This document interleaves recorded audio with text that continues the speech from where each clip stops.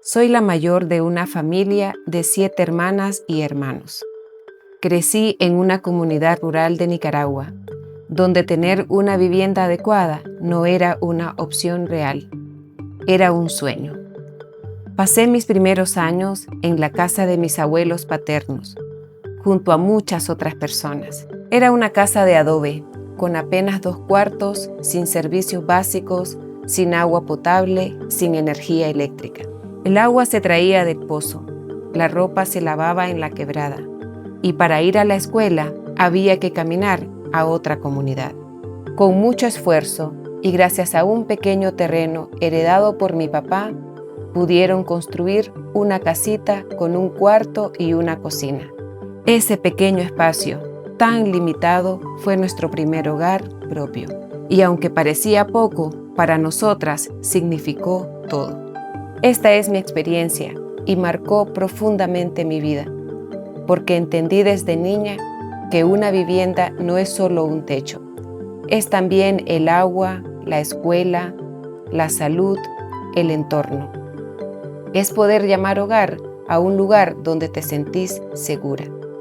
Y entendí también que cuando ese derecho se niega, se niegan muchas otras cosas: la seguridad, la dignidad, la posibilidad de soñar. Soy Damaris Ruiz y estoy aquí para compartirles desde mi propia historia que el acceso a una vivienda adecuada es también un asunto de justicia, y porque me motiva profundamente saber que sí existen alternativas para hacer posible ese derecho. Hoy en día, millones de personas de nuestra región siguen sin acceso a un hábitat digno. En Centroamérica, más del 40% de los hogares enfrentan déficit habitacional. Esto quiere decir que 4 de cada 10 familias no tienen un lugar adecuado donde vivir. En países como Honduras y Guatemala, la cifra es aún más alarmante. Más del 55% de los hogares habita en condiciones inadecuadas. ¿Y qué significa esto?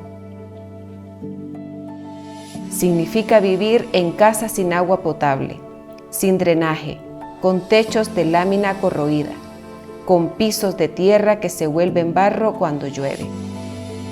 Significa no tener acceso a servicios básicos, compartir un solo cuarto entre familias enteras, cocinar con leña en espacios cerrados, exponiéndose a enfermedades. Significa que miles de niñas y niños hacen sus tareas a la luz de una vela sin un lugar seguro para crecer.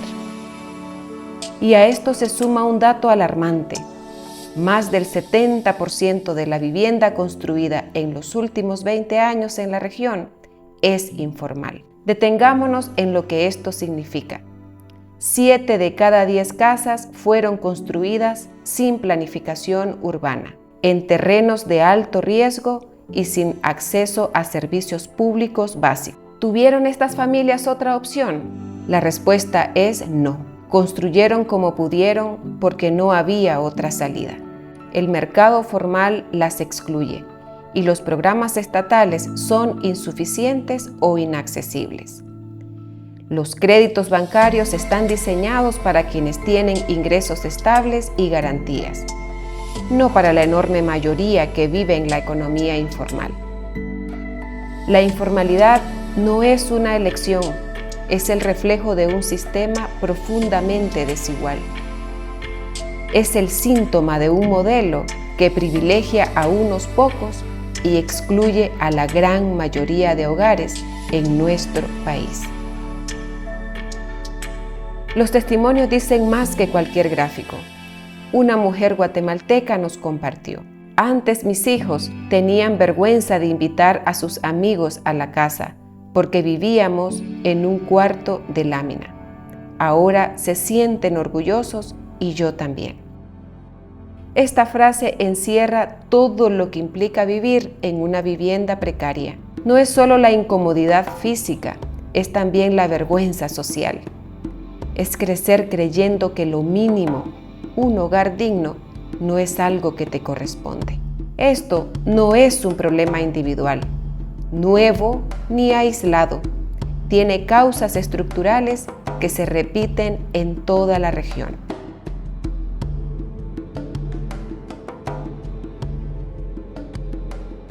Una de ellas es el acceso imposible al suelo urbano bien ubicado.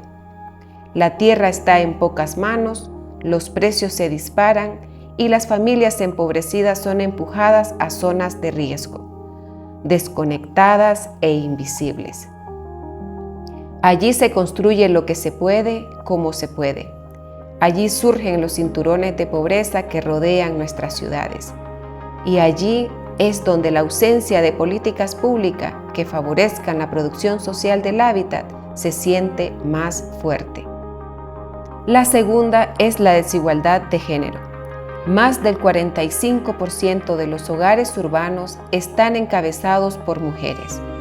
Pero cuando buscan crédito o subsidios, les dicen que no tienen garantías. Las mismas mujeres que sostienen la vida cotidiana son excluidas de decidir sobre el espacio donde esa vida ocurre.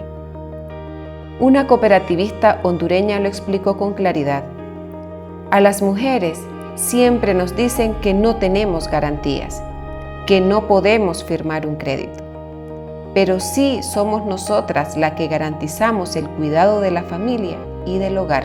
Esa exclusión refuerza la feminización de la pobreza, limita el desarrollo de las comunidades y perpetúa desigualdades que se transmiten de madres a hijas. La tercera es la crisis climática. En Centroamérica, los huracanes, tormentas y deslizamientos no son excepcionales, son recurrentes. En 2020, los huracanes Eta e Iota destruyeron más de 97,000 viviendas en la región.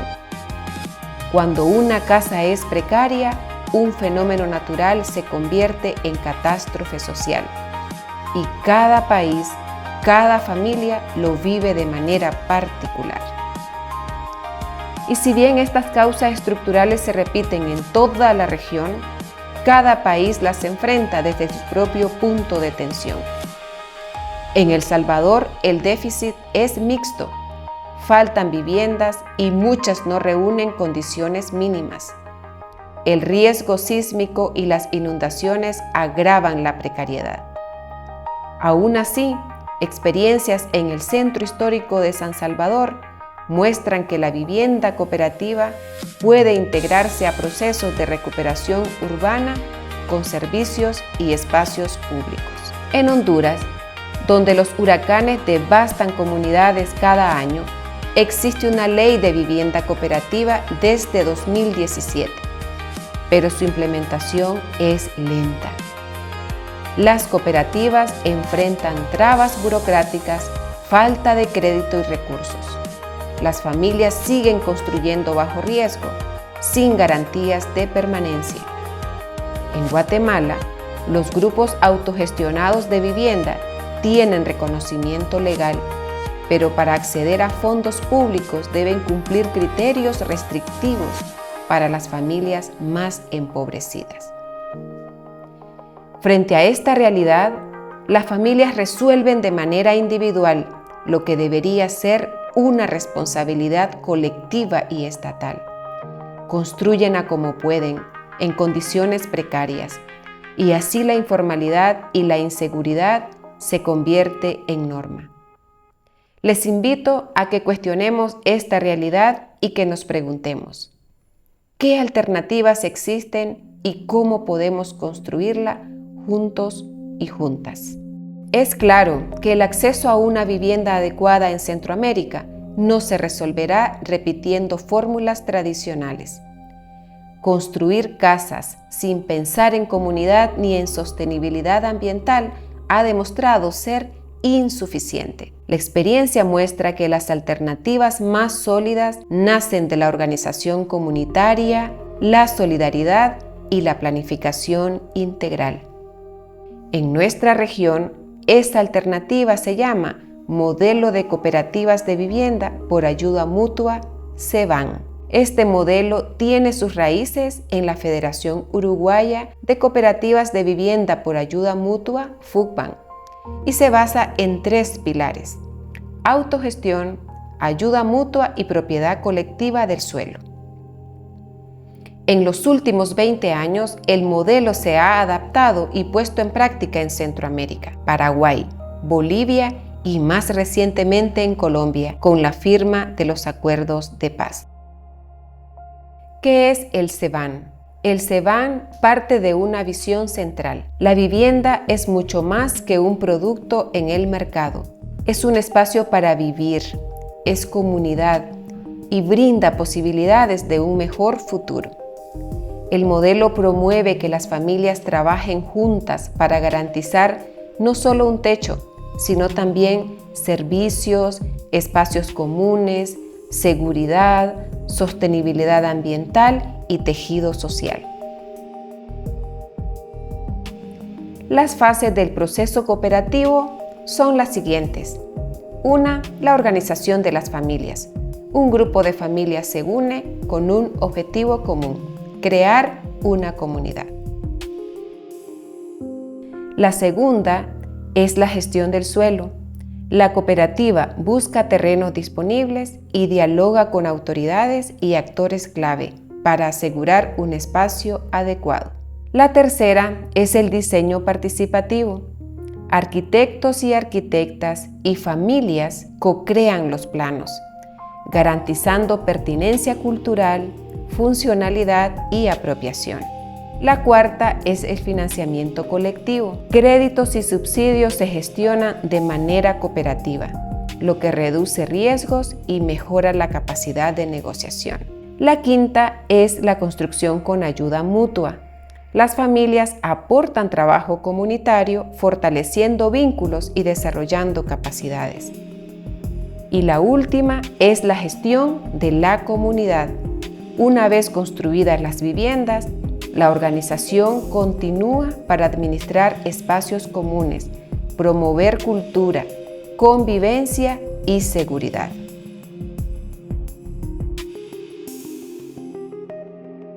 Además, una enorme bondad del modelo es que se puede adaptar a las realidades organizativas de las comunidades o barrios, pero también ofrece la posibilidad de afianzar alianzas público-privadas.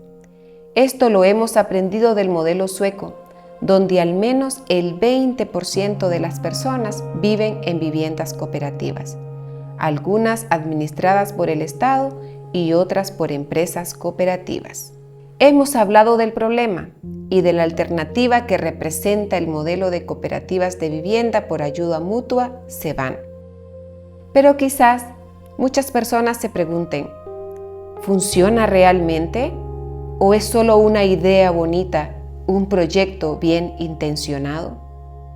La respuesta está en los hechos, en las casas que ya existen, en los barrios que han levantado, en las comunidades organizadas. En los últimos 20 años, el CEBAN ha pasado de ser una experiencia piloto a convertirse en un movimiento regional sólido, acompañado por WIEFED y organizaciones de sociedad civil como Fundasal y FESCOBAN en El Salvador, MECOVISUR y FESAR en Honduras, pero también de Guatemala y Nicaragua. Uno de los impactos más visibles son las más de 2.500 viviendas construidas en la región. No son casas de lujo, pero sí viviendas adecuadas, bien construidas, con servicios básicos y planificación urbana. Muchas superan los estándares de calidad de la vivienda social producida por el mercado o incluso por programas estatales. Cada una representa una familia que ya no vive con la incertidumbre de un desalojo. Sin embargo, otro de los impactos más profundos del CEBAN es la organización social. Hoy existen federaciones nacionales de cooperativas en los países donde se implementa.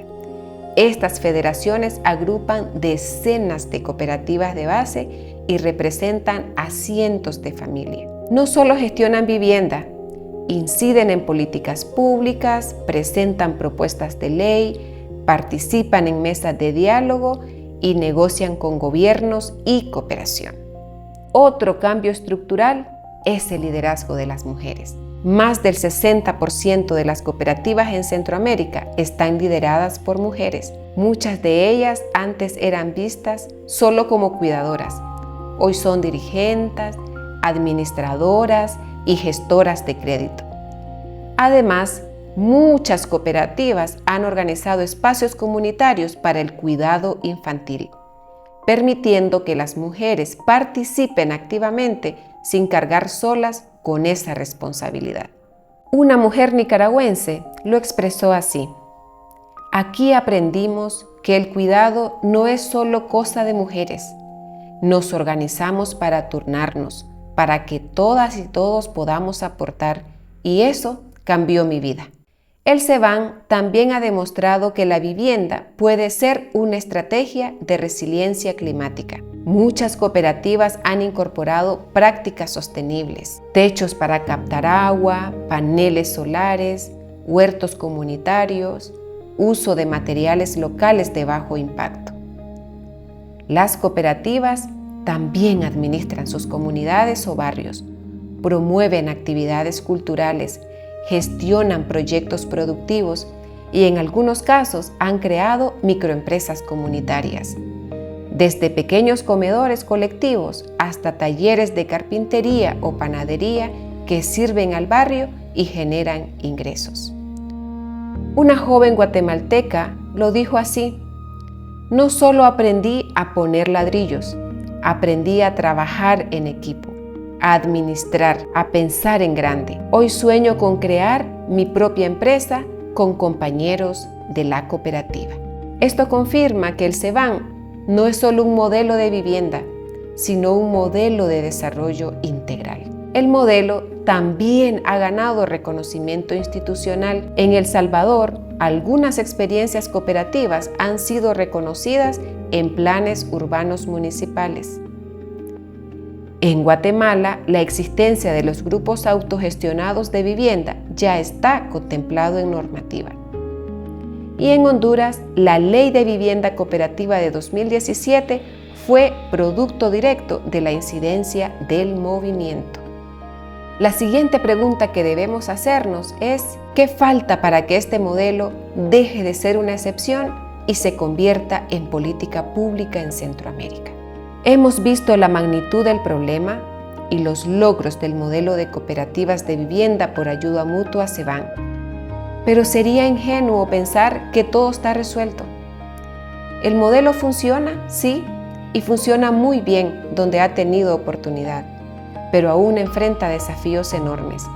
Y esos desafíos marcan la diferencia entre quedarse como experiencias inspiradoras o convertirse en política pública capaz de transformar países enteros.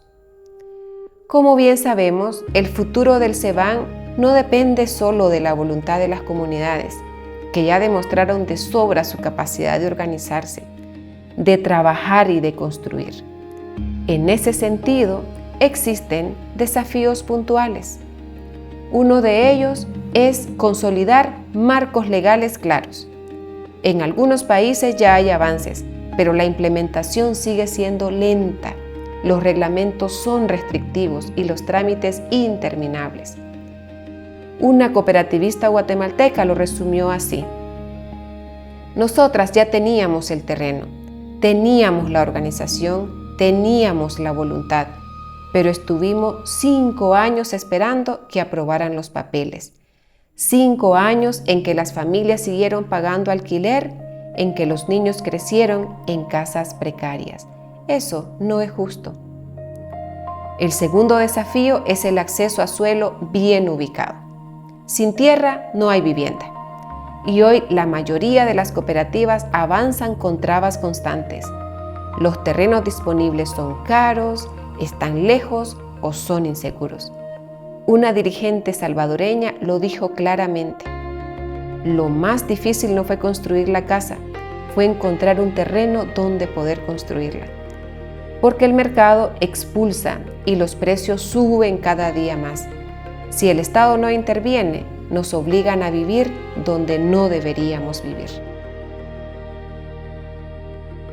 El tercer desafío es el financiamiento adaptado a la lógica cooperativa. Hoy casi todos los sistemas de subsidios y créditos están pensados para individuos. Evalúan el riesgo personal, piden garantías que muchas familias no tienen, pero en el CEBAN el crédito lo gestiona la cooperativa. El riesgo se distribuye y el trabajo comunitario garantiza el cumplimiento. Una cooperativista hondureña lo dijo así: nos pedían una escritura individual para darnos el crédito. ¿Cómo íbamos a tener una escritura si lo que queríamos era comprar un terreno colectivo? Sin duda se necesitan líneas de crédito específicas, subsidios adaptados y garantías solidarias tanto en la banca pública como en la banca privada. El cuarto desafío es integrar el enfoque de género y la corresponsabilidad de los cuidados. Este cuarto desafío es asegurar que la política de vivienda integre de forma sistemática el enfoque de género y la corresponsabilidad de los cuidados. Desde WIEFED tenemos años de experiencia demostrando que los cuidados compartidos no son un complemento al desarrollo habitacional, son una condición para la equidad e igualdad. El CEBAN ya ha dado pasos importantes en esta dirección. Más del 60% de las presidencias de cooperativas están en manos de mujeres. Se han abierto espacios de liderazgos, se han establecido turnos de cuidado comunitario y en Honduras incluso se han creado centros de cuidados integrados como parte del diseño de la comunidad cooperativa. Una innovación que merece ser reconocida y replicada.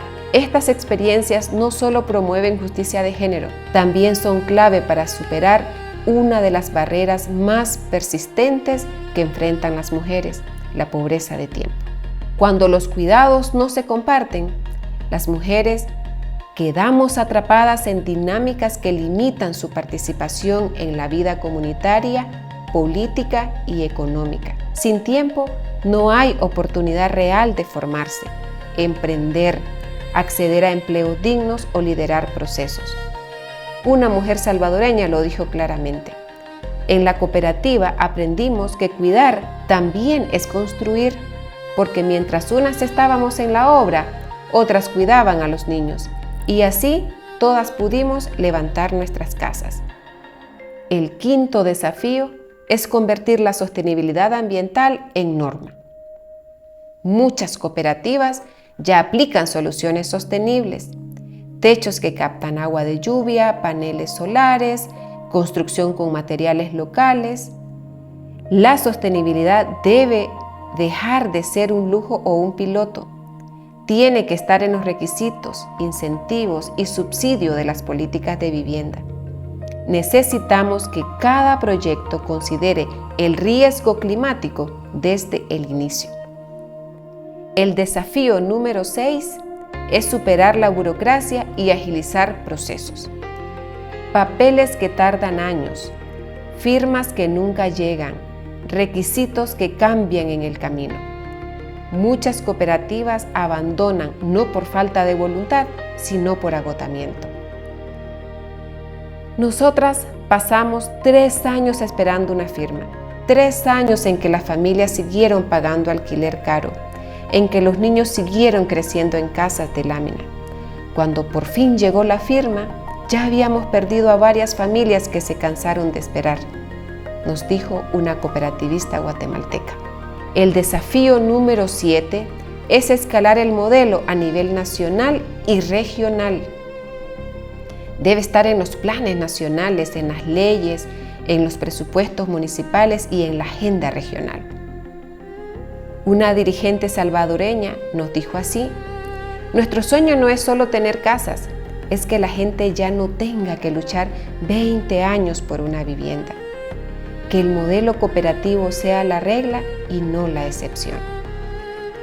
Estos son los desafíos que tenemos por delante y nos llaman a actuar con decisión, con alianzas y con voluntad política real. Sin el compromiso de todas y todos, el derecho a una vivienda adecuada seguirá siendo una utopía. Y quiero resumir lo que se esperaría de cada actor. A los ministros y ministras de vivienda, habilitar leyes, reglamentos y programas que reconozcan la propiedad colectiva y financien la autogestión. A las y los congresistas y legisladores aprobar leyes de bancos de tierra, subsidios colectivos y mecanismos de financiamiento. A las y los alcaldes y municipios identificar terrenos, sanearlos, ponerlos a disposición de cooperativas y asegurar su inclusión en los planes de desarrollo urbano. A la banca pública y de desarrollo, crear productos financieros adaptados a la lógica cooperativa. A la cooperación internacional, gestionar financiamiento a largo plazo, apoyar procesos de fortalecimiento organizativo y acompañar reformas legales. Y al sector privado, proveer materiales sostenibles, innovación tecnológica, saneamiento e infraestructura. Además, apoyar el proceso de construcción con asistencia técnica o donaciones particulares. El reto es que el sector privado vea a las cooperativas como socias estratégicas en la construcción de soluciones sostenibles. Hemos hablado de la problemática, analizado la propuesta, repasado los logros e identificado los desafíos. Ahora nos toca mirar hacia adelante y preguntarnos, ¿hacia dónde queremos y deberíamos ir? Y sobre todo, ¿qué necesitamos? Necesitamos alianzas sólidas, duraderas y transformadoras. Alianzas regionales para construir una agenda compartida. Uno de los avances más importantes ha sido el reconocimiento del modelo a nivel regional por la Secretaría de Integración Social Centroamericana y el Consejo de Ministras y Ministros, que incluyeron a la vivienda cooperativa en su agenda. Uno de los avances más importantes ha sido el reconocimiento del modelo a nivel regional. La Secretaría de Integración Social Centroamericana, SISCA, junto con el Consejo de Ministras y Ministros, incluyeron a la vivienda cooperativa en su agenda. Esto abre la puerta a políticas conjuntas, iniciativas comunes, posible acceso a financiamiento regional e instrumentos compartidos. Y también es un llamado a los gobiernos nacionales para alinear esfuerzos. El BESIE ha mostrado mucho interés en el CEBAN, lo cual abre posibilidades reales para crear líneas de financiamiento específicas y adaptadas a las realidades de la propuesta que WIEFED ha venido acompañando desde hace 20 años. La cooperación internacional también ha mostrado un interés creciente en modelos que integran derechos, justicia de género, medio ambiente, sostenibilidad y alianzas multiactor. WIEFED, como organización de cooperación internacional con raíces en el movimiento cooperativo sueco, seguirá jugando un papel estratégico: acompañar, servir de puente para escalar, visibilizar, movilizar alianzas. Para cerrar, les invito a imaginarnos una comunidad o un barrio donde cada techo capta agua de lluvia, cada casa tiene ventilación cruzada para reducir calor. Hay paneles solares comunitarios para reducir costos de energía. Hay guarderías y centro de cuidado para niñas y niños y personas mayores dependientes. Hay huertos colectivos que alimentan a las familias. Proyectos que generan empleo local. Espacios de cultura y deporte que fortalecen la convivencia. También hay servicios de agua y saneamiento. Hay seguridad ciudadana. Y todo se construye con materiales bajos en emisión de carbono. Esto ya ocurre en pequeña escala. El reto es hacerlo política pública a gran escala. Desde WIEFED seguiremos poniendo nuestra confianza en las comunidades, en las federaciones, en los liderazgos locales. Queremos seguir siendo aliado estratégico, no sustituto del movimiento cooperativo de vivienda. Les reiteramos la invitación a que nos sumemos y hagamos alianzas para que el hábitat digno deje de ser un privilegio para pocas personas.